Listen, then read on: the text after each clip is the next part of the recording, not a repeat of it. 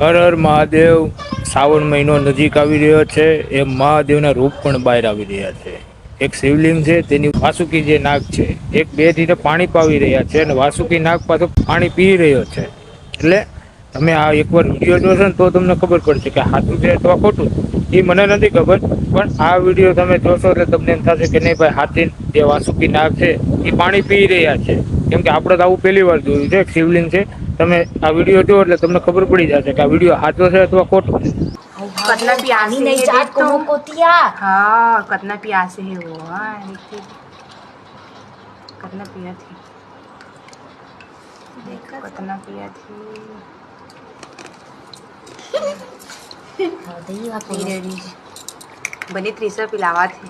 देखो पानी कोई को नहीं गिरा था। हाँ तीन पिया थी बने पिला थी सा। कितना जल्दी जल्दी पिया थी बाप रे।